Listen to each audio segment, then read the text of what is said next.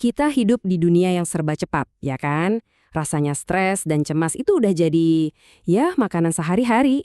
Tapi gimana kalau solusinya itu bukan dari teknologi paling canggih, tapi justru dari kebijaksanaan yang usianya udah ribuan tahun? Pernah nggak sih kamu ngerasa pusing banget sama kekhawatiran?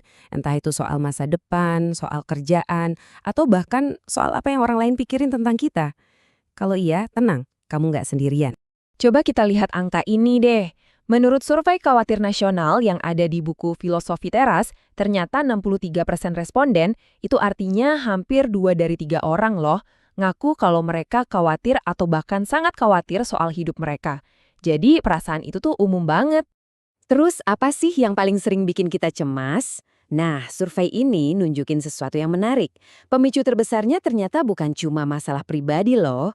3 dari 4 orang cemas soal kondisi sosial politik, hoaks, dan intoleransi. Setelah itu, baru deh masalah keuangan dan tantangan jadi orang tua yang masing-masing dirasain lebih dari separuh responden. Inilah potret kecemasan zaman sekarang. Nah, yang bikin panduan ini jadi kena banget tuh karena penulisnya Henry Manampiring nulis dari pengalaman pribadinya. Dia sendiri pernah didiagnosis depresi berat. Perjalanannya buat nyari ketenangan itulah yang akhirnya nuntun dia ke sebuah solusi kuno ini. Jadi apa solusinya? Anggap aja ini kayak kita lagi nginstal sistem operasi baru buat pikiran kita. Sebuah OS yang dirancang khusus buat ketangguhan mental. Tujuannya bukan buat jadi robot tanpa perasaan ya, tapi buat bantu kita ngelewatin pasang surutnya hidup dengan lebih tenang. Idenya tuh gini, kita pertemukan para filsuf Yunani dan Romawi kuno dengan tantangan-tantangan yang dihadapi generasi milenial dan Gen Z. Ini bukan soal teori yang jelimet, tapi soal obrolan praktis yang bisa langsung dipakai sehari-hari. Filosofi ini namanya Stoicism, atau dalam buku ini diterjemahkan dengan keren banget jadi filosofi teras. Ini adalah sebuah aliran filsafat yang tujuannya sangat praktis, bantu kita ngatasin emosi negatif biar bisa punya mental yang tangguh. Pasti pertanyaan selanjutnya adalah, emang masih relevan? Gimana caranya pemikiran dari 2000 tahun lalu bisa ngebantu kita ngadepin stres gara-gara notif media sosial atau tekanan di kantor? Nah, jawabannya ada di satu prinsip inti yang luar biasa kuat. Oke, sekarang kita masuk ke jantungnya. Kalau ada satu hal yang perlu kamu ingat dari pembahasan ini, inilah dia, dikotomi kendali. Ini adalah fondasi dari semua latihan mental di dalam filosofi teras. Prinsipnya sebenarnya sederhana banget. Filosofi teras itu membagi semua hal di dunia ini jadi 2 kategori. Pertama, hal-hal yang sepenuhnya ada di bawah kendali kita, contohnya penilaian kita, tindakan kita, cara kita merespons sesuatu. Kedua, hal-hal yang sama sekali di luar kendali kita, cuaca, macet di jalan, dan apa kata orang lain. Kunci ketenangan itu adalah fokuskan semua energi kamu ke kolom pertama dan belajar untuk menerima apapun yang ada di kolom kedua.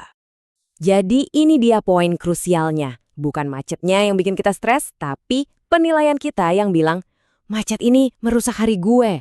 Bukan komen negatif di medsos yang bikin sakit hati, tapi penilaian kita bahwa komen itu menentukan harga diri gue. Penderitaan itu datangnya dari reaksi internal kita. Dan kabar baiknya, itu sepenuhnya bisa kita kendalikan. Oke, teorinya keren. Sekarang, gimana cara kita nerapin ini di kehidupan nyata? Gimana caranya kita membangun apa yang disebut para filsuf Stoa sebagai benteng di dalam diri? Seneca, salah satu filsuf Stoa yang paling terkenal, ingetin kita betapa sia-sianya ngegantungin kebahagiaan kita sama omongan orang lain. Sesuatu yang jelas-jelas ada di luar kendali kita. Melepaskan kebutuhan buat dapat validasi dari luar itu langkah pertama menuju kebebasan sejati. Kalau kamu ragu ini beneran ampuh atau cuma teori doang, coba dengar kisah James Stockdale. Dia seorang pilot yang jadi tawanan perang di Vietnam selama 7 tahun. Dia disiksa secara rutin, sesuatu yang nggak bisa kita bayangin. Tapi dia bilang, prinsip dikotomi kendali inilah yang ngejaga kewarasannya dan bikin dia bertahan. Dia nggak bisa ngendaliin penyiksanya, tapi dia bisa sepenuhnya mengendalikan responsnya, harga dirinya, dan pikirannya. Itulah benteng batinnya. Nah, inilah tujuan akhirnya. Bukan hidup yang tanpa masalah, ya itu mustahil. Tapi mencapai kedamaian batin yang nggak goyah meskipun di luar lagi ada badai. Mencapai apa yang disebut kaum Stoa sebagai ataraksia, sebuah ketenangan jiwa yang mendalam, terlepas dari apapun keadaan eksternal kita. Oke, yuk kita bikin ini jadi sesuatu yang bisa langsung kamu coba. Nggak perlu baca tulisan kuno yang rumit, kamu bisa mulai dengan satu latihan sederhana hari ini juga. Coba ingat metode STAR ini. Tiap kali kamu ngerasa emosi negatif mulai muncul, marah, cemas, kecewa, pertama, stop.